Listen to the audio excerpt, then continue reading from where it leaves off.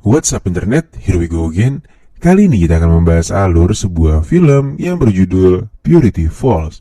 Film ini bercerita tentang kehidupan sebuah keluarga yang baru aja pindah ke sebuah kota gitu cuy. Nah di sana keluarga mereka pun kenalan sama tetangga baru mereka yang merupakan seorang janda yang cukup menarik penampilannya nih. Dan dia menawari sebuah pekerjaan kepada anak lelakinya. Dan setelah join dengan si tante ini, ternyata kerjaannya tuh, pokoknya enak lah. Jadi, tanpa berlama-lama lagi, langsung aja kita masuk ke dalam alur ceritanya.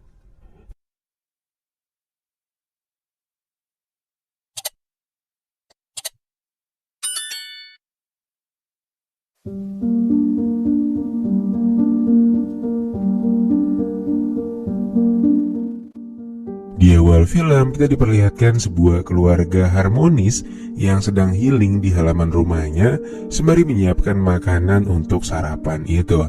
Namun sesaat kemudian sang ayah merasakan sakit pada bagian dadanya.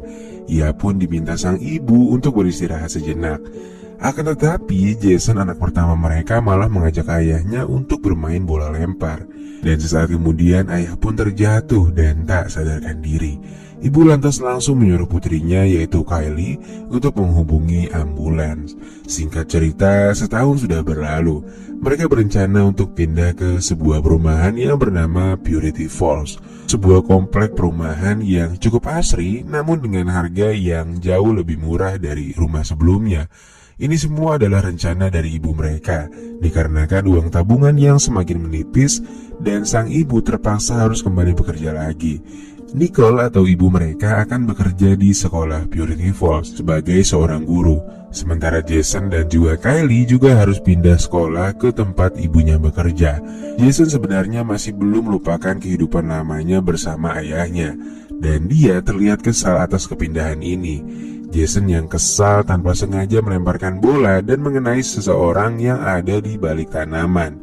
Dia bernama Chad, alumni yang juga bersekolah di Purity Falls, dan ia sebentar lagi akan pindah dan melanjutkan kuliahnya di luar kota. Di tengah-tengah perbincangan mereka, secara tiba-tiba Chad dipanggil oleh seorang tante-tante yang memintanya untuk membantunya. Dan setelah menutup obrolan dengan Jason, ia pun langsung menghampiri wanita itu. Scene lalu berpindah ketika keluarga Jason sedang memindahkan perabotan. Seorang tetangga yang bernama Courtney datang bertamu dengan membawakan makanan. Tante Courtney adalah seorang wanita yang memiliki karir cukup baik di bidang penjualan kosmetik.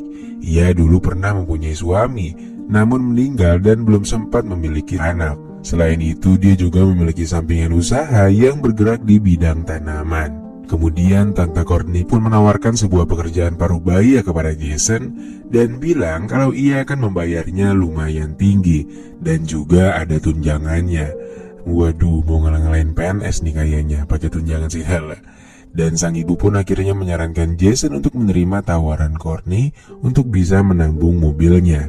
Di malam harinya diperlihatkan Chad yang sedang menelpon pacarnya. Ia mengatakan bahwa akan membahagiakan pacarnya dan membelikan apartemen untuknya. Namun tiba-tiba terdengar suara pintu yang terbuka. Chad lantas langsung memeriksa keadaan sampai ke kolam berenang. Namun tiba-tiba ada orang misterius yang memukulnya dan Chad pun akhirnya meninggoy seketika. Keesokan harinya mereka bertiga mulai masuk ke sekolah baru mereka. Di hari pertama, Jason mendapatkan teman yang sama-sama menyukai gulat. Teman barunya itu adalah Daniel. Awalnya Jason ragu untuk mengikuti ajakan olahraga gulat di sekolahnya. Namun sesaat kemudian Jason melihat wanita cantik yang diketahui bernama Clara. Dan Daniel pun bilang kalau ia sering datang ke pertandingan gulat. Dan akhirnya Jason yang jomblo pun memutuskan untuk bergabung dan langsung pergi ke sana. Di hari pertamanya, tanpa disangka, Jason mengalahkan siswa yang katanya paling gak terkalahkan di sekolah itu cuy. Dan tentu saja semangat untuk menang itu semata-mata untuk memukau Clara yang memang juga menonton pertandingan tersebut. Semenjak saat itu Jason dan Clara pun akhirnya berkenalan. Jason yang gak mau kehilangan momen pun langsung mengajak Clara untuk berkencan dengannya. Awalnya Clara enggan menerima tawaran itu. Namun ketika Jason bilang kalau dia akan mentraktirnya, Clara pun akhirnya mau cuy. Namun di sini betapa anyepnya dompet Jason yang ternyata dia nggak memiliki uang sama sekali cuy. Nah, dari kejadian inilah pada sore harinya Jason pun akhirnya menerima tawaran dari Tante Courtney untuk menjadi seorang tukang kebun. Jason pun disambut hangat oleh Courtney yang mantep itu.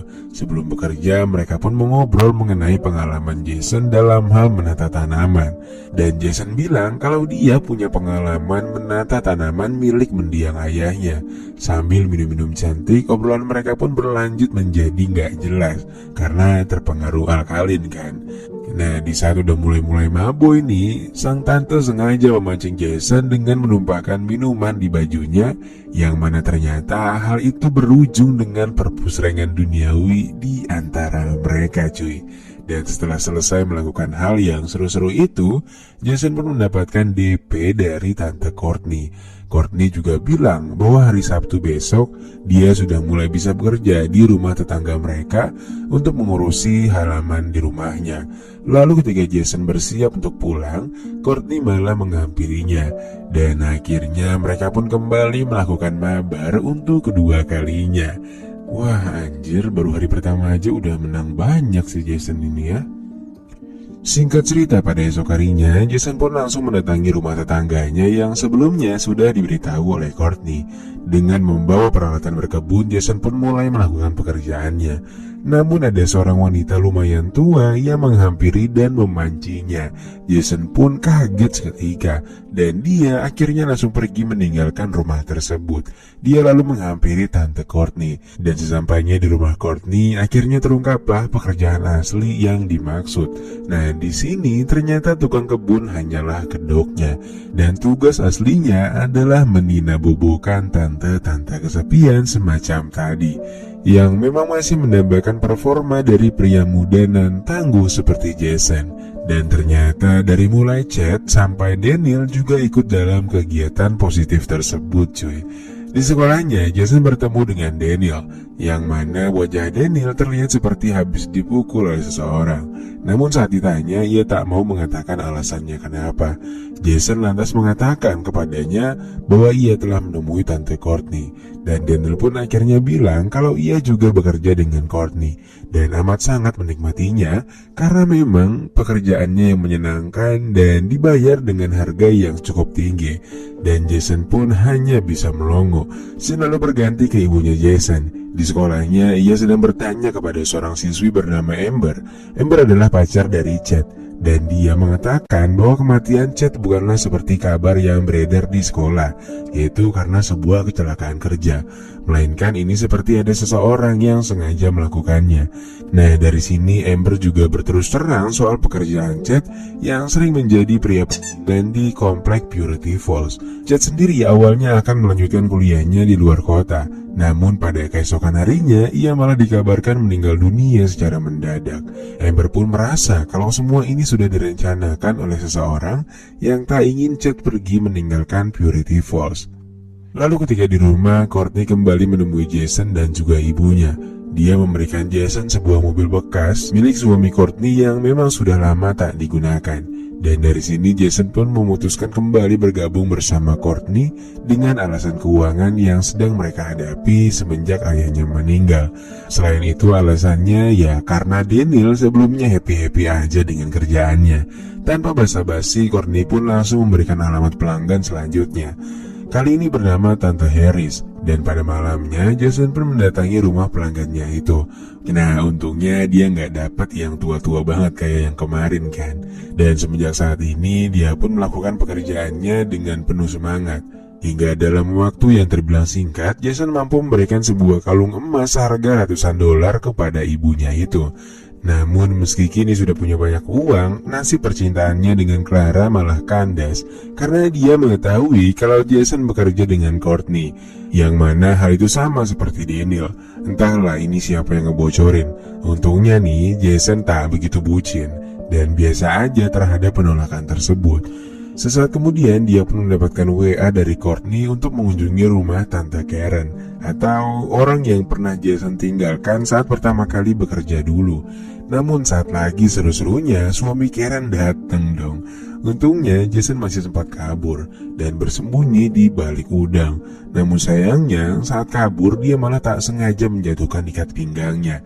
Nah, dari kejadian inilah Jason pun marah kepada Courtney karena nggak mendapatkan bayaran dengan pekerjaannya barusan. Courtney lantas mengatakan hal ini terjadi karena dia nggak menyelesaikan pekerjaannya dengan benar. Dan karena kesal, Jason pun memutuskan untuk mengakhiri pekerjaannya dengan Courtney. Kemudian Jason menceritakan hal ini kepada Daniel bahwa ia telah keluar dari pekerjaannya. Namun Daniel mengingatkan kepada Jason untuk berhati-hati karena berhenti dari pekerjaannya bukanlah pilihan yang tepat. Dan benar saja, sesaat kemudian dia dihampiri oleh seseorang yang bernama Benjamin yang bilang akan membuat masalah dengan Jason dan juga adiknya jika enggak melanjutkan pekerjaannya dengan Courtney. Dan akhirnya karena terpaksa Jason pun kembali bekerja. Beberapa hari kemudian di rumah Courtney diadakan sebuah pesta, di mana ibu Jason juga diundang di sana.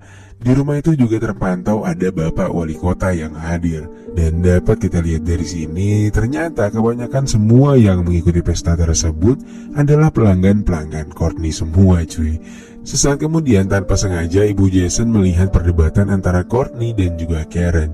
Karen meminta Courtney untuk mengembalikan uang bayarannya berkali-kali lipat dikarenakan suaminya telah menemukan ikat pinggang Jason yang ketinggalan waktu itu, sehingga suaminya pun menggugat cerai Karen. Dan Karen bisa dipastikan akan langsung jatuh miskin cuy.